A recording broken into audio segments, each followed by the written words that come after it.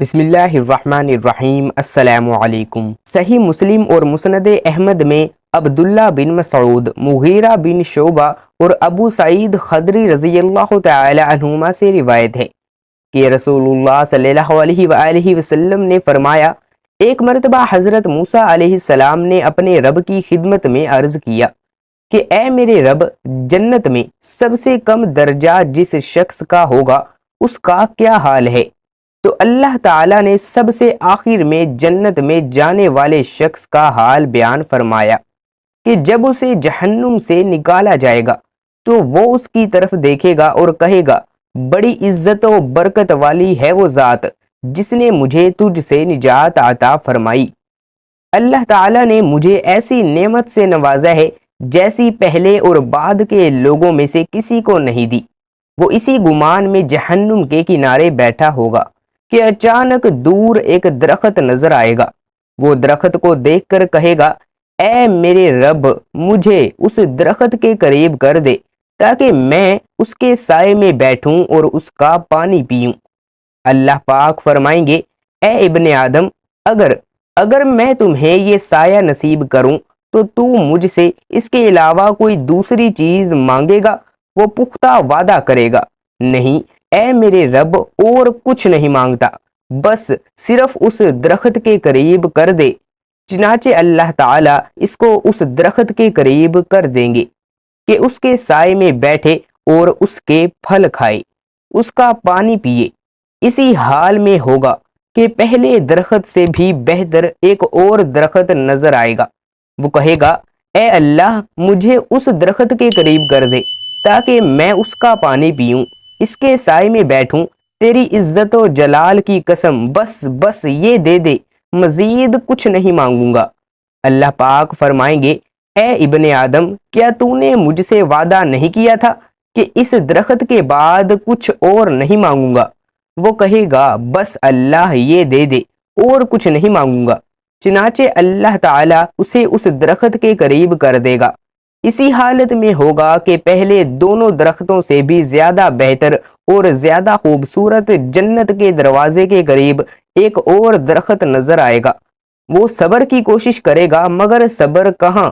کہے گا، میرے رب، اس درخت کے قریب کر دے تاکہ اس کا پانی پیوں اور اس کے سائے تلے رہوں، اب اس کے بعد کچھ نہیں مانگوں گا۔ اللہ پاک فرمائیں گے، اے ابن آدم، کیا تو نے مجھ سے وعدہ نہیں کیا تھا کہ اس کے بعد کچھ نہیں مانگوں گا؟ پھر اللہ اسے اس تیسرے درخت کے پاس کر دے گا۔ جب اس تیسرے درخت کے نیچے جائے گا تو اسے سامنے جنت نظر آئے گی۔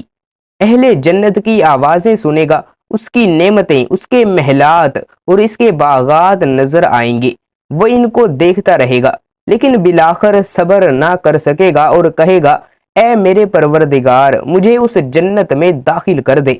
اللہ تعالیٰ فرمائیں گے، اے ابن آدم، مجھ سے تیرے تقاضے کو کون سی چیز روکے گی؟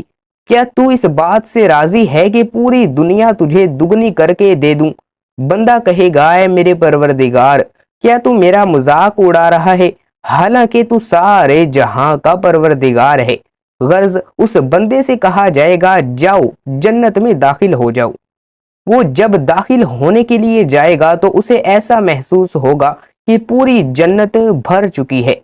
چنانچہ وہ کہے گا، میرے پروردگار، یہ کیوں کر ممکن ہے؟ لوگ تو اپنی اپنی جگہ لے چکے ہیں اور اپنا اپنا حصہ قبضے میں کر چکے ہیں۔ اللہ پاک فرمائیں گے، تم پسند کرو گے کہ تمہاری ملکیت دنیا میں کسی بادشاہ کے ملک جتنی ہو؟ وہ کہے گا، ہاں میرے رب۔ اللہ پاک فرمائیں گے، ہم نے تجھے اتنی بادشاہی بخش دی اور 5 مرتبہ زیادہ بڑی سلطنت تمہیں عطا کر دی، یعنی ہم نے تجھے 5 گنا اور دے دی۔ وہ کہے گا، میرے رب، میں خوش ہو گیا۔ اللہ فرمائے گا، یہ تیرے لیے ہے اور 10 گنا زیادہ اور بھی، اور تیرا دل جو چاہے اور تیری آنکھ کو جو کچھ بھلا لگے سب ہم نے تجھے دیا۔ پھر جب وہ جنت میں داخل ہوگا تو وہاں حورین میں سے اس کی 2 بیویاں اس کا استقبال کریں گی اور کہیں گی، تعریف اللہ کے لیے ہے جس نے تمہیں ہمارے لیے اور ہمیں تمہارے لیے بنایا۔ پھر وہ کہے گا، جو کچھ مجھے ملا ہے ویسا کسی کو نہیں ملا ہوگا۔ یہ سب سے نچلے درجے والا جنتی ہوگا۔ ناظرین، حضرت موسیٰ علیہ السلام نے عرض کیا، یہ تو سب سے کم درجے کا جنتی ہوا، اور اعلیٰ منزل والے جنتی کی شان کیا ہوگی؟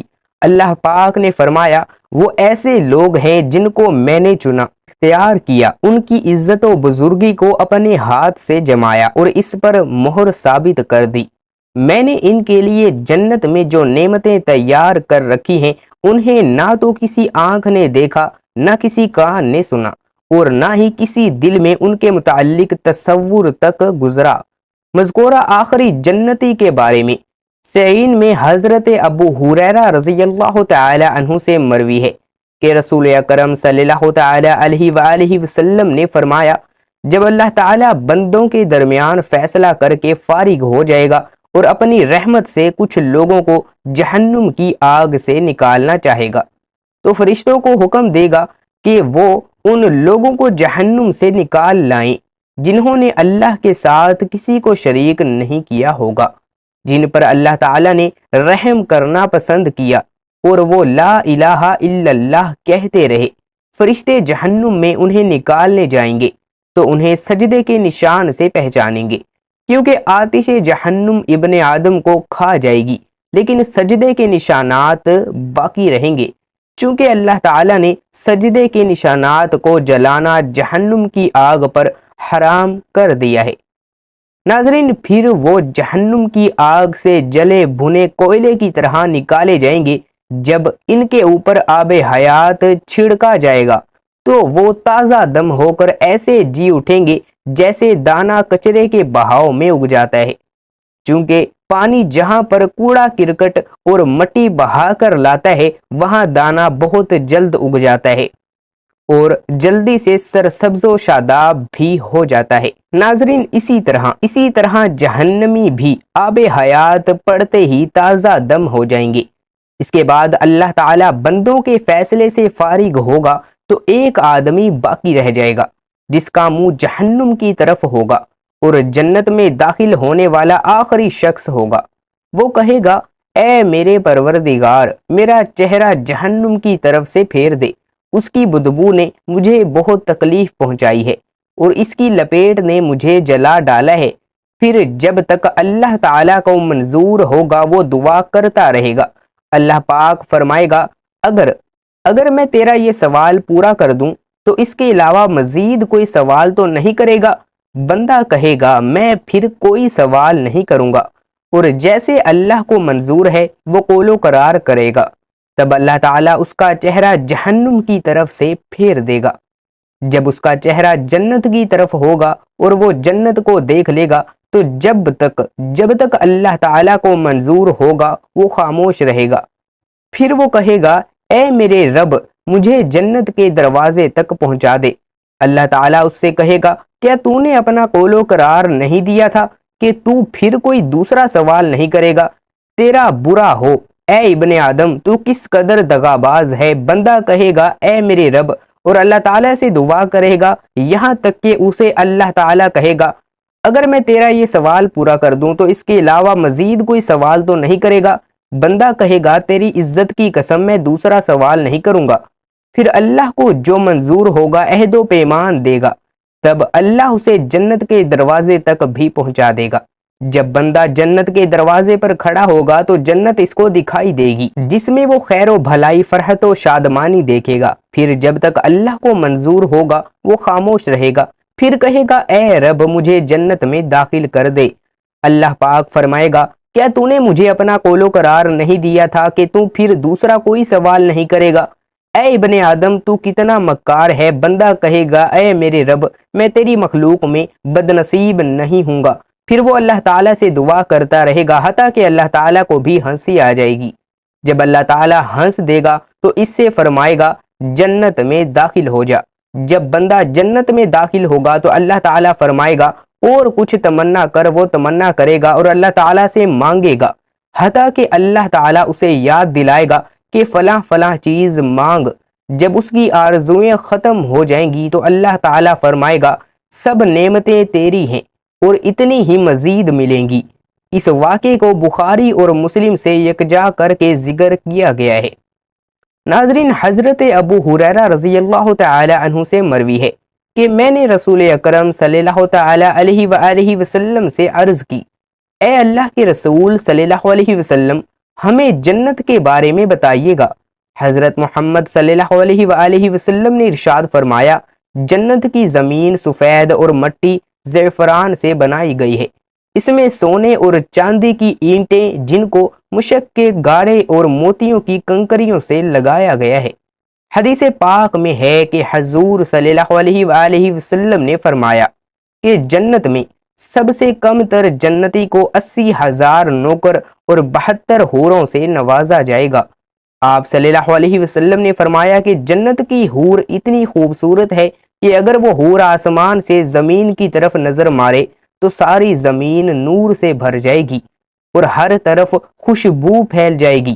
نبی اکرم صلی اللہ علیہ وسلم نے فرمایا، حور کے سر کا دوپٹہ دنیا و مافیہ سے بہتر ہے۔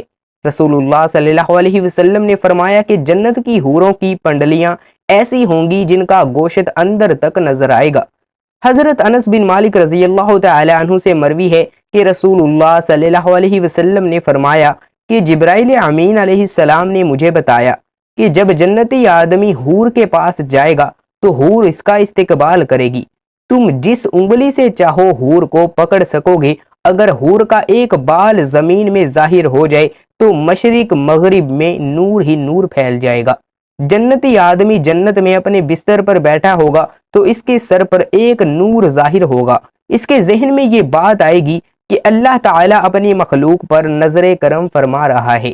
جب وہ اس نور کی طرف نظر مارے گا تو وہ ایک حور ہوگی، وہ اس جنتی سے کہے گی، اے اللہ کے بندے، کیا تمہارے پاس ہمارے لیے وقت نہیں ہے؟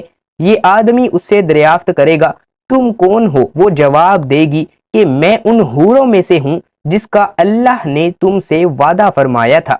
وہ حور اس جنتی کے پاس بیٹھ جائے گی۔ ابھی وہ جنتی اس حور سے گفتگو کر رہا ہوگا کہ ایک اور حور اس بندے کے پاس آ کر کہے گی، اے اللہ کے ولی، کیا تمہارے پاس ہمارے لیے وقت نہیں ہے؟ اسی طرح وہ جنتی حور سے باتیں کرتا رہے گا۔ حضرت عباس رضی اللہ تعالی عنہ سے مروی ہے کہ اگر جنتی حور اپنی ہاتھ کا کچھ حصہ زمین اور آسمان کے درمیان ظاہر کر دے تو زمین والے اس کے حسن سے آپس میں ہی فتنے میں پڑ جائے۔ اگر وہ اپنا دوپٹہ زمین پر ظاہر کر دے تو زمین اس کے آگے جھک جائے۔ اگر وہ اپنا چہرہ ظاہر کر دیں تو زمین اور آسمان کی ہر چیز ظاہر ہو جائے۔ اس کے بعد فرمایا کہ اگر جنت کی کوئی خاتون اپنا تھوک سمندر میں ڈال دے تو سارے سمندر شہد سے بھی زیادہ میٹھے ہو جائیں گے۔ یہاں سوال یہ پیدا ہوتا ہے کہ مردوں کو جنت میں حوریں عطا کی جائیں گی تو پھر جو عورتیں جنت میں جائیں گی ان کو کیا ملے گا؟ عورتوں کے لیے یہ ہے کہ جب وہ جنت میں جائیں گی تو وہ اپنے نیک شوہر کے ساتھ رہیں گی۔ وہ عورت اپنے شوہر کو ملنے والی جنت کی سب حوروں کی سردار ہوگی۔ اللہ پاک اس عورت کو تمام حوروں سے بھی زیادہ خوبصورت بنا دے گا۔ یہ دونوں میاں بیوی ایک دوسرے کے ساتھ بہت ہی زیادہ پیار کریں گے۔ یہ دونوں میاں بیوی جنت میں رہیں گے۔ ناظرین، اللہ پاک ہمیں بہتر عمل کرنے کی توفیق عطا فرمائے۔ اللہ پاک ہمیں دین کی مکمل سمجھ بھی نصیب فرمائے۔ آمین یا رب العالمین۔ ناظرین، کمنٹ باکس میں اللہ تعالیٰ کے 99 ناموں میں سے ایک نام ثواب کی نیت سے ضرور ٹائپ کر دیجیے گا۔ چینل پر نئے ہیں تو چینل کو سبسکرائب کر دیں، بیل آئیکن کے بٹن کو دبا دیں، ویڈیو کو لائک کرنا بھی مت بھولیے گا اور ویڈیو کو زیادہ سے زیادہ شیئر بھی کیجیے گا۔ تو اللہ پاک ہم سب کا حامی و ناصر ہو۔ اللہ پاک اس ویڈیو میں کی گئی کسی بھی قسم کی کمی کوتاہی کو اپنے فضل و کرم سے معاف فرمائے، کسی بھی قسم کی غلطی کو اپنے فضل و کرم سے معاف فرمائے۔ اللہ پاک ہم سب کا حامی و ناصر ہو۔ اللہ پاک ہم سب کو اپنے حفظ و ایمان میں رکھے۔ اللہ حافظ۔